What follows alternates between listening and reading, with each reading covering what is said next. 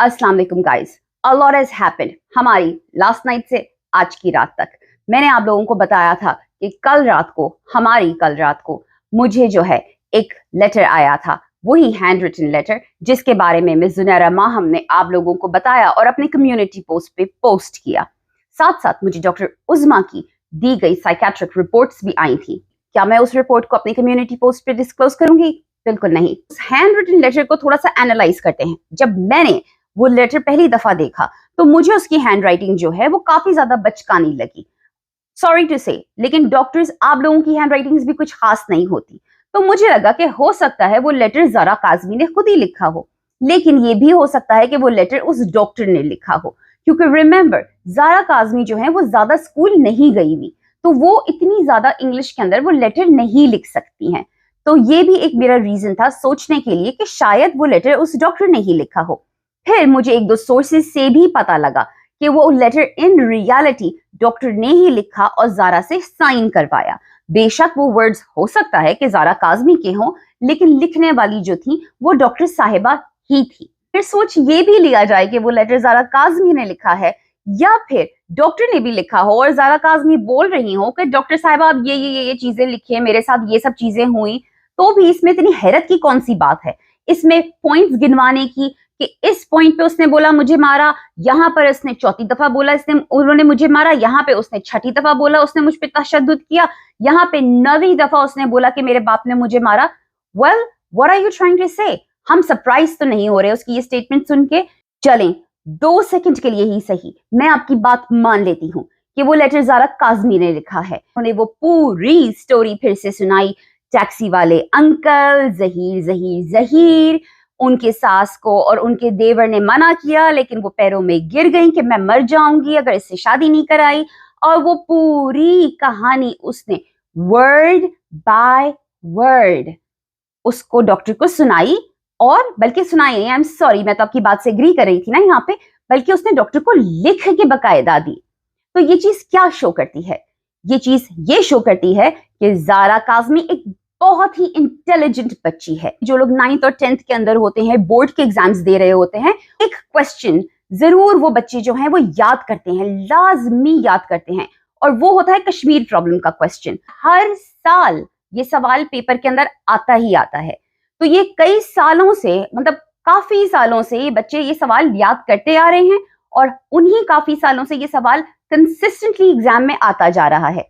तो ज़ारा काज़मी ने भी इस चीज को, इस सवाल को कि तुम्हारे साथ आखिर हुआ क्या, अपनी कहानी सुनाओ, उसको उसी तरीके से रटा हुआ है जैसे कि पाकिस्तान के बच्चों ने कश्मीर प्रॉब्लम को रटा हुआ है। वो भी इस चीज के लिए मेंटली प्रिपेयर्ड थी कि उससे एक नहीं, 2 नहीं, हजारों लोग आके यही चीज पूछेंगे, तो उसको इसी तरह का एक पेपर दिया होगा शुरू में ही, और उस पर लिख दिया गया होगा कि ज़ारा आपने ये याद करना है, ना सिर्फ आपने ये याद करना है, आपको ये सब लिख के याद करना है।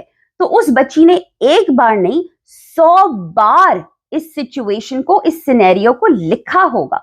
उस बच्ची का एक बार नहीं, हजारों बार, हजारों तरीके से इंटरव्यू हुआ होगा इन्हीं क्वेश्चंस के ऊपर। तो वो बोल बोल के रिपीट कर करके अब तो शायद उसे ख्वाबों में भी ये आने लगा होगा कि कोई टैक्सी वाले अंकल थे जो उसे लेके गए थे, पैसे उसे नहीं लिए थे, पंजाब यूनिवर्सिटी उतारा था, वहां पे लड़की से किसी से फोन लेके उसने जहीर को कॉल की थी, और जहीर साहब दौड़े दौड़े आए थे और उसके पैसे दिए और उसको लेके चले गए, और ब्ला ब्ला ब्ला।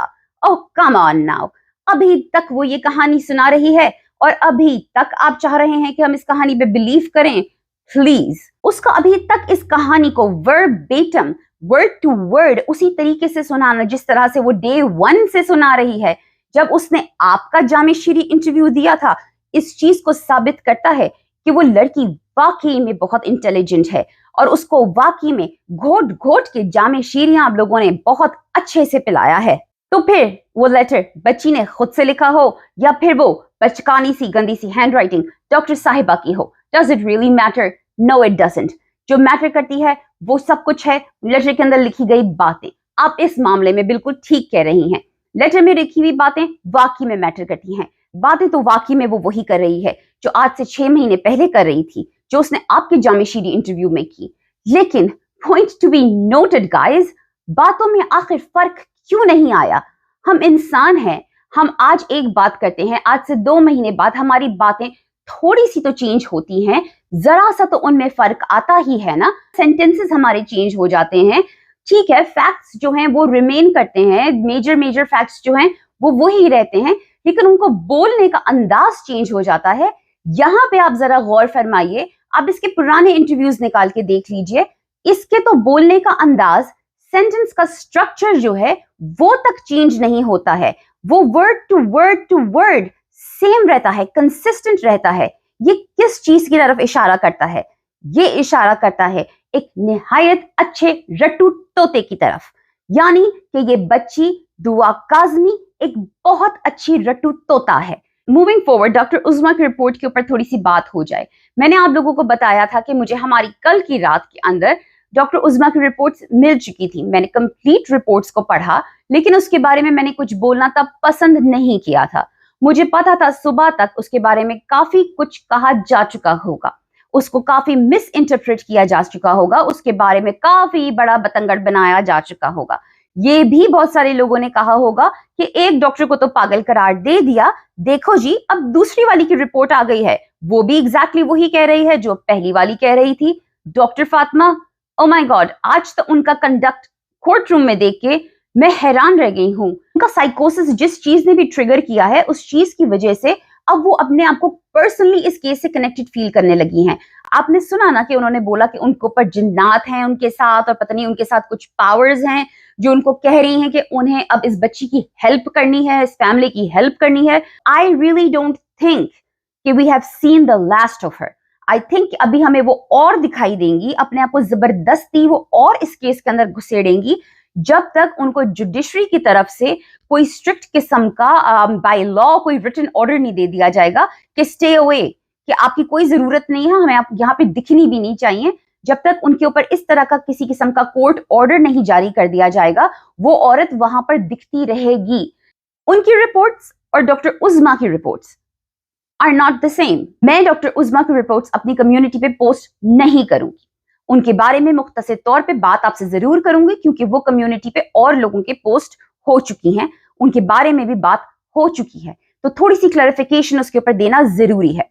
आई एम श्योर आपने दूसरी जगहों पे जाके डॉक्टर उज़मा की रिपोर्ट्स को पढ़ा होगा, तो आपको थोड़ी बहुत अंडरस्टैंडिंग उसके बारे में पहले से होगी। सबसे पहले तो डॉक्टर उज़मा की रिपोर्ट्स जो लीक कर दी गई वो कंक्लूसिव नहीं थी। कंक्लूसिव का क्या मतलब होता है? कंक्लूसिव का मतलब होता है कि वो रेडी नहीं थी, यानी कि उनको अभी और इवैल्यूएशन करनी थी, अभी और अपनी इन्वेस्टिगेशन करनी थी, उसके बाद वो मुकम्मल करती उन रिपोर्ट्स को और फिर पब्लिश करती। वो इतनी ज्यादा नामुकम्मल रिपोर्ट्स थी कि उन रिपोर्ट्स के अंदर ग्रामेटिकल एरर्स भी थे और स्पेलिंग मिस्टेक्स भी थी। ऐसी ऐसी स्पेलिंग मिस्टेक्स थी कि पढ़ के मुझे हंसी आ रही थी। एक जगह पे तो उन्होंने इरेजर की स्पेलिंग को भी गलत लिखा था। जी हाँ, इरेजर, बेसिक इरेजर की स्पेलिंग भी गलत लिखी गई थी। तो आप खुद सोचिए कि वो रिपोर्ट कितनी जल्दी में टाइप की गई होगी। मतलब बेसिक सी रिपोर्ट, जैसे कि हम अगर कॉलेज में इंग्लिश का पेपर टाइप कर रहे हो तो हम जल्दबाजी में एक रफ ड्राफ्ट टाइप कर देते हैं और उसमें 10,000 किस्म की मिस्टेक्स होती हैं। हमारी ग्रामर गलत हो रही होती है, हमारी स्पेलिंग गलत हो रही होती है, क्योंकि हमारे दिमाग में होता है कि हम प्रोफेसर को देने से पहले एक दफा हर चीज चेक करेंगे। इसके अंदर हो सकता है हमें चीजें ऐड करनी हो सकता है हमें इसमें से चीजें निकालनी हो, फिर उसके बाद हम अपनी ग्रामर फिक्स करेंगे, स्पेलिंग मिस्टेक्स फिक्स करेंगे और फिर इसको ठीक तरीके से प्रॉपर डॉक्यूमेंट बना के फिर सबमिट करेंगे। तो ये भी उसी तरह का एक डॉक्यूमेंट था जिसमें काफी ज्यादा स्पेलिंग मिस्टेक्स थी और काफी ज्यादा ग्रामेटिकल एरर्स भी थे। It was not a conclusively ready report. Report के अंदर बताया गया था कि बच्ची डिफेंसिव थी, बच्ची एंशियस थी। तो ऑब्वियसली यार बच्ची डिफेंसिव और एंशियस क्यों नहीं होगी? वो अनजान लोगों से मिल रही है। और आप लोगों को क्या पता, क्या वो डॉक्टर उज़मा से पहले इस वाली डॉक्टर से मिली थी, डॉक्टर साइको से? अगर वो डॉक्टर साइको से पहले मिली थी और बाद में डॉक्टर उज़मा से मिली थी, तब तो डेफिनेटली वो और भी ज्यादा डिफेंसिव होगी और भी ज्यादा डरी हुई होगी और भी ज्यादा एंशियस होगी। I mean, अगर मैं डॉक्टर फातिमा से पहले मिलती और उसके बाद में किसी साइकोलॉजिस्ट से मिलती तो मेरे तो होश ही उड़े हुए होते ना। यहाँ पे बच्ची जो है वो, हम तो मान रहे हैं कि वो ऑलरेडी एक ट्रॉमा से गुजर चुकी है, उसकी कोई आसान जिंदगी तो नहीं रही है। तो अगर वो एंग्जाइटी की मरीज है, अगर वो डिप्रेशन की मरीज है, तो ये तो सब एक्सपेक्टेड था। हम कौन सा कह रहे हैं कि वो एक हैप्पी गो लकी 14 साल की एक नॉर्मल बच्ची है, उसे हम एक्सपेक्ट कर रहे हैं कि डिप्रेशन होगी, हम एक्सपेक्ट कर रहे हैं कि उसे एंग्जाइटी होगी, हम एक्सपेक्ट कर रहे हैं कि उसे ये सारी चीजें उसके साथ अटैच्ड होंगी। लेकिन हाँ, वो डिफेंसिव भी होगी, वो गार्डेड भी होगी, क्योंकि स्ट्रेंजर से बात करना अपनी जिंदगी के बारे में, आप जिन हादसात से गुजर चुके हैं बार बार उनके बारे में जिक्र करना, इट्स नॉट ईजी। फिर उन रिपोर्ट्स के अंदर कुछ टेस्ट के बारे में बात की जाती है। ये जो टेस्ट होते हैं, ये थेरेपिस्ट जो होते हैं वो करते हैं ये देखने के लिए कि आपका साइकोलॉजिकली आप कहाँ पर हैं, आप किस मेंटल स्टेट के ऊपर हैं। अब ये टेस्ट जो होते हैं ये ड्राइंग टेस्ट भी हो सकते हैं, ये कलरिंग टेस्ट भी हो सकते हैं, इसमें ह्यूमन फिगर्स भी बनाते हैं, ये बच्चों के लिए भी होते हैं और अडल्ट्स के लिए भी होते हैं। अब उसका रिजल्ट देखकर वो अंदाजा लगाते हैं कि साइकोलॉजिकली आप किस स्टेज के ऊपर हैं, किस मेंटल स्टेज के ऊपर हैं, या फिर आप किस डिप्रेशन की कौन सी स्टेज से गुजर रहे हैं। तो ये कुछ उनके अंदाजा लगाने वाले वेरिएशन टेस्ट होते हैं, ये समझ लें। एक टेस्ट है थीमेटिक एप्रिसेप्शन टेस्ट, TAT। ये टेस्ट जो है ये जरा ज्यादा इंपॉर्टेंट इसलिए है क्योंकि ये पेशेंट के बारे में आपको बहुत ही इन डेप्थ बताता है।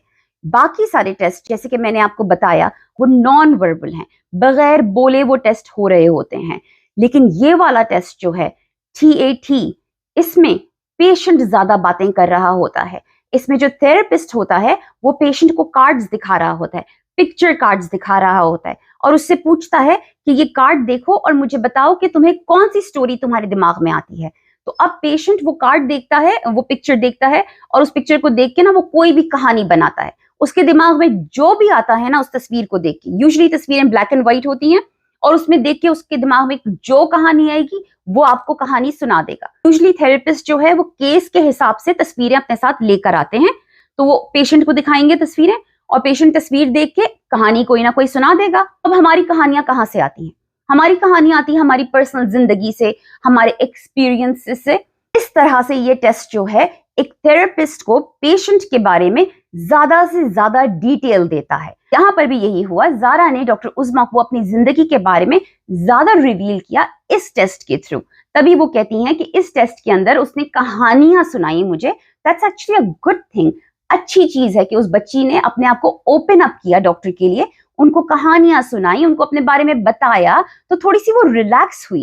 क्योंकि शुरू में डॉक्टर कहती है वो थोड़ी नर्वस थी, थोड़ी रिजर्व थी, which is also very very normal. अगर आप कहीं पे भी जाएंगे, किसी स्ट्रेंजर से मिलेंगे या पहली दफा आप किसी भी डॉक्टर से मिलेंगे, तो ऐसे तो नहीं है ना कि आप अपनी पूरी जिंदगी की कहानी उसको बता देंगे तोते की तरह। प्लीज इस बात को मत भूलिए कि ये सिर्फ एक 14 साल की बच्ची है और ये अपने मुंह से कहती है कि मैं ज़हीर से रिलेशनशिप में थी पिछले 3 साल से, यानी कि ये 10 या 11 साल की थी जब से ये इस लड़के से बातें कर रही है। ये इससे उम्र में कई साल बड़ा है। 3 साल पहले कोविड स्टार्ट हो गया था, स्कूल बंद हो गए थे, इसकी कोई दोस्तें नहीं थी। इसके जहन पे सिर्फ और सिर्फ इन्फ्लुएंस जो था वो था सिर्फ ज़हीर साहब का, हमारे डेंगू मच्छर का, हमारे फ्यूचर के डॉक्टर का। इसके पास कोई फ्रेंडशिप नहीं थी, इसके पास कोई एज ग्रुप के लोग नहीं थे जिनसे ये कम्युनिकेट कर सके। पेरेंट्स से इंसान कितनी बातें करता है, ये अपने घर में सबसे बड़ी बच्ची थी, इसकी बहनें तक इसकी एज ग्रुप की नहीं थी जिनसे ये अपनी फीलिंग्स शेयर कर सके। तो सारा टाइम ये सिर्फ और सिर्फ अपने डिवाइस के ऊपर होती थी, जिसपे अपेरेंटली ये गेम खेल रही होती थी, लेकिन हमें पता है कि गेम नहीं खेलती थी बल्कि ज़हीर से चैटिंग कर रही होती थी। तो ज़हीर एक छोटी सी मासूम सी 10-11 साल की बच्ची के साथ बातें कर रहा था, उसे इन्फ्लुएंस कर रहा था पिछले 3 सालों से। तो आप सोचें कि उसका होल्ड उसके माइंड के ऊपर कितना स्ट्रॉन्ग है और वो कितने सालों से इस बच्ची को ख्वाब दिखाता हुआ आ रहा है कि मैं तुम्हें दुबई घुमाऊंगा, पूरी दुनिया की सैर कराऊंगा। तो ये बच्ची अभी तक उसी लाला लैंड में है कि मेरा प्रिंस चार्मिंग, मेरा ज़हीर आएगा, मुझे उठा के ले जाएगा किसी घोड़े के ऊपर और मुझे पूरी दुनिया की सैर करवाएगा। और इसमें हैरत की भी कौन सी बात है, क्या हम कभी 13-14 साल के नहीं थे? इस उम्र में तो बच्चे ख्वाब देखते ही हैं। She is allowed to have those dreams. अगर वो इस तरह के ख्वाब देख भी रही है तो उसकी उम्र के हिसाब से ये ठीक ही है, तो हमें उसे जज नहीं करना चाहिए। लेकिन हाँ, उसे ख्वाब और हकीकत का फर्क जरूर पता होना चाहिए और इसी फर्क को जानने के लिए उसके लिए निहायत जरूरी है कि उसको प्रॉपर काउंसलिंग मिले। लोगों के लिए ये जानना बहुत ज्यादा जरूरी है कि ये जो लिखा गया है ये मेहदी अली काज़मी के अगेंस्ट नहीं जाता, एक्चुअली में उनकी फेवर में जाता है। Perception towards adult figure, mother and father specially, is supportive, यानी कि वो अपने माँ बाप को एज अ सपोर्ट फिगर देख रही है। ये बहुत इंपॉर्टेंट चीज है और ये डॉक्टर उस्मा की रिपोर्ट के अंदर लिखी हुई है। पैराग्राफ में जो बोल रहा है उसमें ये लिखा है, there is marked presence of conflict and tension. Of course, क्यों नहीं होगी वो इस तरह की हालत के अंदर कॉन्फ्लिक्ट और टेंशन। कॉन्फ्लिक्ट और टेंशन, इतने अरसे से जहीर के पास रहूं माँ बाप के पास जाऊं, जहीर के पास रहूं माँ बाप के पास जाऊं, मैंने शादी क्यों की, मुझे करनी चाहिए थी या नहीं करनी चाहिए थी। अपने बाप को बुरा बोलो, अपने बाप को इस तरह का बोलो, ये बोलो मीडिया पे आके कि जहीर के साथ नहीं रही तो मैं मर जाऊंगी। किस किस तरह की बातें नहीं की हैं इसने और क्या क्या इसके साथ हुआ होगा, कितनी चीजों के ऊपर इसको अपने आप को मनवाना पड़ा होगा कि नहीं मुझे ये करना ही है, मुझे ये बात माननी ही है, वरना ये हो जाएगा वो हो जाएगा। 10 तरह के सिनेरियोज इसके सामने रखे गए होंगे कि अगर तुमने ये नहीं किया तो ऐसा हो जाएगा, अगर तुमने वो नहीं किया तो ये चीज फेस करनी पड़ेगी। आप सोचें 14 साल के बच्चे को कितनी चीजें फेस करनी पड़ी होंगी इतने छोटे से टाइम के अंदर, कितनी कॉन्फ्लिक्ट्स का सामना करना पड़ा होगा इतने छोटे से टाइम के अंदर। यहाँ पे कहा जा रहा है कि उसके अंदर कैपेसिटी है स्ट्रेस से डील करने की, लेकिन वो अपने आप को अप्लाई नहीं कर रही है, वो अभी चाह नहीं रही, खुद से नहीं अप्लाई कर रही है उस स्ट्रेस से डील करने के लिए। She just doesn't want to, वो चाह नहीं रही है। तो अगर उसे प्रॉपर हेल्प मिलेगी, उसे प्रॉपर गाइडेंस मिलेगी एक थेरेपिस्ट के थ्रू, तो हाँ वो डील कर सकती है। अच्छा जी, इसमें ये जरूर कहा जा रहा है, मेंशन किया जा रहा है कि जो कुछ इसके अंदर इंडेक्सेस मीट कर रही है वो हिंट कर रहे हैं स्ट्रांगली टुवर्ड्स पीटीएसडी। पीटीएसडी जो है वो कहलाता है post traumatic stress disorder. Post traumatic stress disorder जो है वो किसी को भी हो सकता है, आपको भी हो सकता है, मुझे भी हो सकता है। मोस्ट ऑफ द टाइम ये उन लोगों को होता है जो एक बहुत बड़े ट्रॉमा से गुजरे हों। फॉर एग्जाम्पल, जंग लड़ने के लिए फौजी जाते हैं, फौजियों को पोस्ट ट्रॉमेटिक स्ट्रेस डिसऑर्डर हो जाता है, अमूमन फौजियों को पीटीएसडी होता है, जिसके लिए वो या तो मेडिकेशंस लेते हैं पूरी जिंदगी या फिर वो काउंसलिंग लेते हैं। पीटीएसडी उन लोगों को भी हो जाता है जो बड़े बड़े हादसात का शिकार होते हैं, रेप विक्टिम्स होते हैं, या फिर जैसे जा रहे हों वो रोड्स के ऊपर, उन्होंने कोई बहुत ही बुरा किस्म का वाकया अपनी आंखों से देख लिया हो, कोई हादसा, कोई कत्ल होते हुए देख लिया हो और एकदम से उन्हें वो शॉक में आ जाएं और वो उस शॉक से निकल ना पाए, इस तरह के लोगों को भी पीटीएसडी हो जाता है। पीटीएसडी उन लोगों को भी हो जाता है जो अपने सामने अपने किसी प्यारे को मरते हुए देख लें, एक नॉर्मल सी मौत देख लें, उनको भी पीटीएसडी हो सकता है। क्योंकि हम इंसान है ना, हम अपने जहन को इवैल्यूएट नहीं कर सकते कि हमारा ब्रेकिंग पॉइंट कहां पर है। जिस तरह के हालात से ये गुजर चुकी है, मैं तो सरप्राइज्ड होंगी कि अगर इसको पीटीएसडी ना हो, डेफिनेटली होगा। और फिर डायग्नोस्टिक टेस्ट के अंदर डॉक्टर उस्मा वैसे भी क्लियरली कह देती हैं कि द किड, उसका नाम लेके, is going through psychological distress and emotional turmoil due to trauma, homelessness. वो होमलेस है इतने सारे अरसे से, लाइक कितने महीनों से वो होमलेस है। यहाँ पे ये लोग चीख चीख के कहते हैं उसको उसके शौहर के घर भेजो, उसको उसके शौहर के घर भेजो, वो अपने शौहर के साथ रह रही थी। Are you guys crazy? कौन सा शौहर, कौन सा घर, कहाँ रह रही थी वो? पूरा वक्त तो कभी जंगलों में, कभी पहाड़ों में, कभी किसी बडेरे के घर पे, कभी किसी बडेरे के घर में। किस शौहर के घर की बात कर रहे हैं आप? वो बेघर है, इस वजह से वो इतने ज्यादा ट्रॉमा से गुजर रही है। माँ बाप के घर पे नहीं है, वो एक बच्ची है, वो एक माइनर है, और माइनर्स अपने घर पे अपने माँ बाप के साथ बिलोंग करते हैं। आप लोगों को ये भी बताया जा रहा था कि विद इन 2 months ये जो है बिल्कुल पागल हो जाएगी, इसको और बहुत सारी बीमारियां चिपक जाएंगी। लेकिन डॉक्टर उस्मा की प्रोग्नोसिस के अंदर लिखा हुआ है, prognosis means chances of recovery, यानी कि रिकवरी के कितने चांसेस हैं इसके अंदर। Girl's intellectual capabilities and her internal resources indicated her good prognosis. Good prognosis. If proper medication, psychotherapy, and supportive family environment are being provided. Supportive family environment. Family कौन होती है? माँ बाप बहनें। Recommendations भी दी हुई हैं उसकी current psychological conditions देख के कि साइकेट्रिक कंसल्टेशन होना चाहिए, बिल्कुल जी होना चाहिए। साइकोथेरेपी देनी चाहिए उसे रेगुलर बेसिस के अंदर, जिसके अंदर कॉग्निटिव, बिहेवियरल सारी थेरेपीज होंगी। ट्रॉमा फोकस थेरेपी होगी ऑब्वियसली, क्योंकि वो ट्रॉमा से गुजरी है। जिसमें सपोर्टिव थेरेपी होगी। एक थेरेपी जो इसके अंदर मेंशन की गई है, जिसका प्लीज हवा बनाने की जरूरत नहीं है, वो है eye movement reprocessing desensitization and reprocessing therapy, EMDR।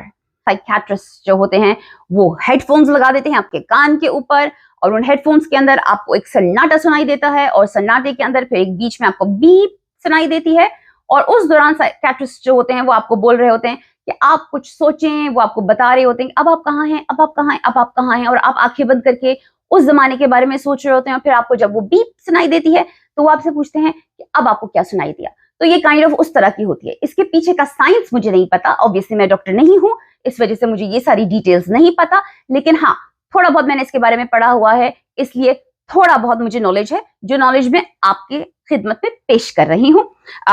तो उसके बेस पे मुझे जज मत करिएगा। अगर आप में से कोई डॉक्टर है, ऑब्वियसली आपको मुझसे ज्यादा पता होगा, तो मैं आपके प्रोफेशन का, इस टेस्ट का मजाक बिल्कुल नहीं उड़ा रही हूँ, लेकिन जितनी मुझे समझ आई थी बुक्स में पढ़ के, मैं वही सिर्फ आपके साथ शेयर कर रही हूँ कि कोई बहुत ही ज्यादा वियर्ड किस्म का या खतरनाक किस्म का या कोई बहुत ही हवा किस्म का टेस्ट नहीं है, मासूम सा टेस्ट है और हेल्पफुल है। पेशेंट्स की हेल्प करने के लिए है, उनको रिलैक्स करने के लिए, पेशेंट्स की हेल्प करने के लिए है, उनको रिलैक्स करने के लिए है, और उनको उनके ट्रॉमा से गेट ओवर कराने के लिए है। ये थी मेरी एक्सप्लेनेशन डॉक्टर उज़्मा की मेडिकल रिपोर्ट के ऊपर। मैं कभी भी इसको डिस्कस ना करती आके अगर इसको प्रायर किसी और ने डिस्कस या पब्लिश ना किया होता, लेकिन मुझे लगता था इसके ऊपर क्लैरिफिकेशन या इसके ऊपर थोड़ा सा मेरा डिस्कशन जरूरी इसलिए था क्योंकि कंफ्यूज करने के लिए बहुत सारे लोग मौजूद हैं। आप लोगों को बहुत सारे लोग बैठ के ये बता रहे हैं कि डॉक्टर उज़्मा की रिपोर्ट बिल्कुल वैसी ही है जैसे डॉक्टर फातिमा की रिपोर्ट है। तो एक डॉक्टर तो पागल हो सकती है, लेकिन क्या दोनों ही डॉक्टर्स पागल हैं? तो यहाँ पे आप देख सकते हैं कि दोनों डॉक्टर्स पागल नहीं हैं, दोनों डॉक्टर्स की रिपोर्ट्स भी सेम नहीं है।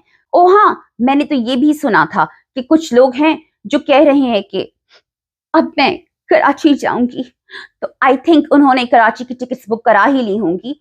सोचने की बात यह है कि कराची के प्लेन की जो टिकट्स इन्होंने बुक कराई हैं, तो उन्होंने क्या अपने साथ साथ 4-5 मुर्गियां भी बुक कराई हैं? क्योंकि मैंने तो सुना है कि ये देसी मुर्गियां ही खाती हैं और अपनी मुर्गियों के बगैर ये कहीं पर भी नहीं जाती। Well, that was just a small joke, क्योंकि बड़े अरसे से मैंने ये कुकड़ियों वाला जोक मारा ही नहीं था। जहां मैंने इतनी सीरियस बातें कर दी हैं, वहां एक छोटा सा कुकड़ी जोक तो बनता ही है। With that, I'm gonna go. Take care. Allah Hafiz.